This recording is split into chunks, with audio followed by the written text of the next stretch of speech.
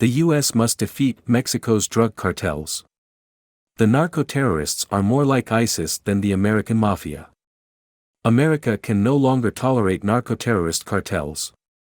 Operating from havens in Mexico, their production of deadly drugs on an industrial scale is flooding our country with this poison. The time is long past to deal with this outrage decisively.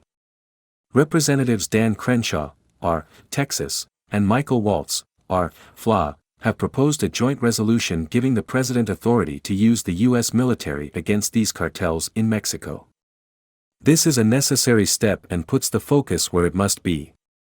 Overdose deaths every year, more than 100,000, exceed the number of Americans killed in action during the bloodiest year of World War II. But the devastation from drug abuse goes much deeper.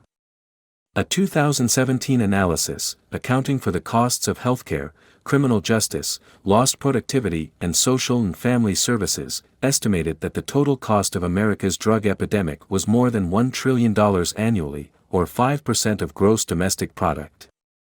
Given the explosion in illicit drug deaths since then, this estimate now seems conservative.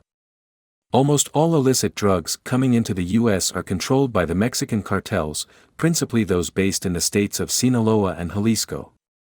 These paramilitary organizations use bribery and terror tactics to entrench themselves as essentially states within the state, controlling large areas of Mexico. They have become so powerful they can confront the Mexican government with the narco-terrorist stark choice, plata o plomo, silver or lead. If they can't buy off officials, they try to cow them with threats of violence. An anti-drug strategy that leaves the drug supply chain untouched will have minimal impact. Real progress requires aggressively attacking the drug supply at its source. The head of the snake is in Mexico, and that is where the main thrust of our efforts must be directed. Experience in the early 1990s proved this, when the U.S. and Colombian governments joined in an all-out attack on the Medellin and Cali cartels inside Colombia, successfully eliminating them. Unfortunately, in the mid-1990s, we pulled back from this kind of extraterritorial engagement. Mexican cartels have flourished because Mexican administrations haven't been willing to take them on. The exception was President Felipe Calderón, 2006-12, who wanted to go full bore against the cartels, but American priorities were elsewhere at the time. Today, the cartel's chief enabler is President Andrés Manuel López Obrador, known as AMLO. When he came to power at the end of 2018, he announced the switch to a policy of hugs, not bullets, and shut down counter-narcotics cooperation with the U.S. Under strong pressure from President Trump, he occasionally engaged in a high-profile operation to create the illusion of cooperation, but these were smokescreens. In reality, AMLO is unwilling to take action that would seriously challenge the cartels. He shields them by consistently invoking Mexico's sovereignty to block the U.S. from taking effective action.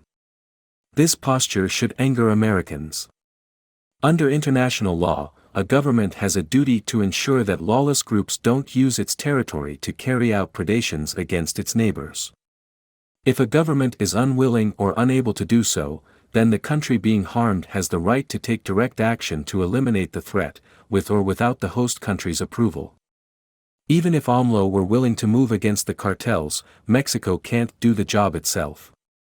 Its criminal justice system is dysfunctional. 95% of all violent crimes go unpunished. Pervasive corruption at every level of Mexico's government makes it almost impossible to mount effective law enforcement or military operations without the cartels being tipped off in advance. The big cartels have become potent paramilitary forces, with heavily armed mobile units able to stand their ground against the Mexican military. In October 2019, when Mexican troops went into Sinaloa and arrested El Chapo's son, they were surrounded by 700 cartel paramilitary fighters with armored cars, rocket launchers and heavy machine guns, and the military was forced to release its prisoner. This past January, it repeated the operation with 4,000 troops, supported by aircraft. As a former Mexican security official complained, the military simply withdrew after capturing El Chapo's son, leaving the cartel army intact and free to rampage around the state. What will it take to defeat the Mexican cartels? First, a far more aggressive American effort inside Mexico than ever before, including a significant U.S. law enforcement and intelligence presence, as well as select military capabilities. Optimally, the Mexican government will support and participate in this effort, and it is likely to do so once they understand that the U.S. is committed to do whatever is necessary to cripple the cartels, whether or not the Mexican government participates.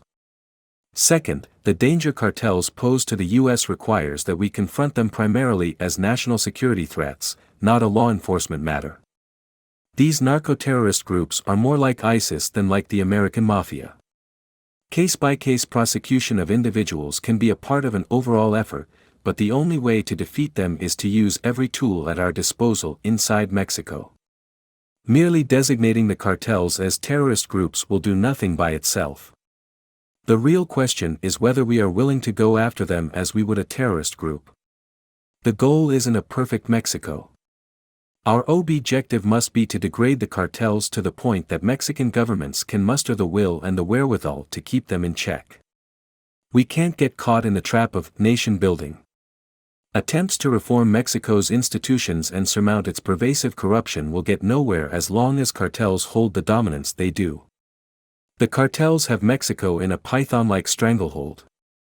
American leadership is needed to help Mexico break free. We can't accept a failed narco-state on our border, providing sanctuary to narco-terrorist groups preying on the American people.